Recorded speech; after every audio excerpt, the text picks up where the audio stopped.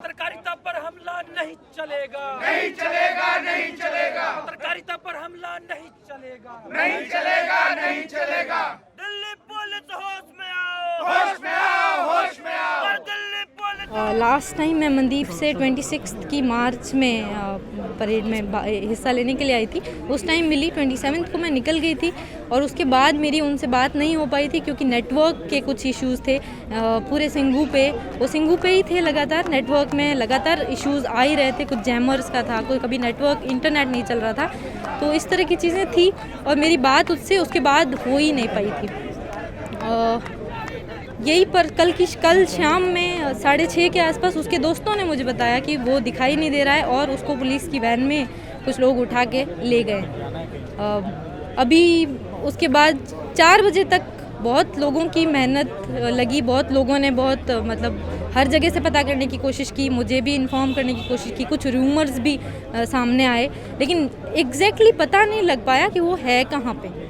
4 बजे के आसपास किसी ने कंफर्म किया अलीपुर थाने में जाके, आप शायद कैरेवैन के कुछ लोग थे, उन्होंने बहुत प्रयास किए इस चीज़ के लिए और उन्होंने बताया कि वो अलीपुर में कुछ पुलिस की FIR कुछ लॉन्च हुई है और सुबह उनको समयपुर बादली में मेरे पास फ़ोन आया। समयपुर बादली में मैं उनको कपड़े देने के लिए आई थी क्योंकि उनको कुछ चोटें लगी थी, ऐसा मुझे इन्वेस्टिगेशन ऑफिसर ने बताया था और उनके कपड़े कुछ फटे हुए थे।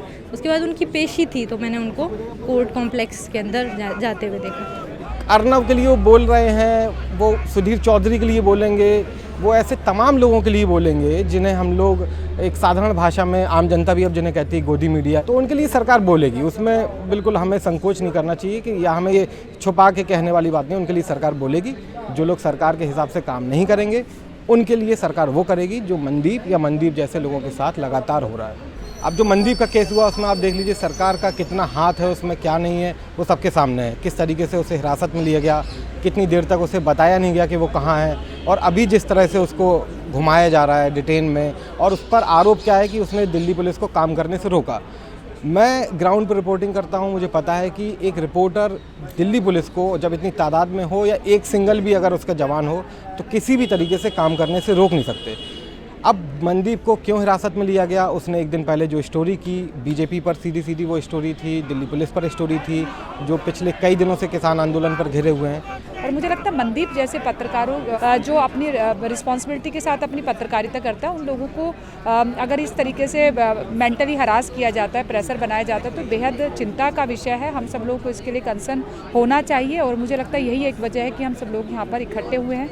और चूँकि मैं हरियाणा से आती हूँ, वो व्यक्तिगत हरियाणा स्टेट से हैं, तो मेरी मॉरल रिस्पॉन्सिबिलिटी ज़्यादा बन जाती है कि मैं क्योंकि उनकी फैमिली बैकग्राउंड को उस तरीके से कनेक्ट कर सकती हूँ और अंडरस्टैंड करती हूँ कि वो किस तरीके से पत्रकारिता कर रहे हैं। मुझे ये पता है कि वो एक शर्ट पूरा ऊपर से पूरा फटा हुआ है और कुछ चोटें उसने मुझे उसके चेहरे से ऐसे लग रहा था कि वो बहुत थोड़ा सा डिप्रेशन में है।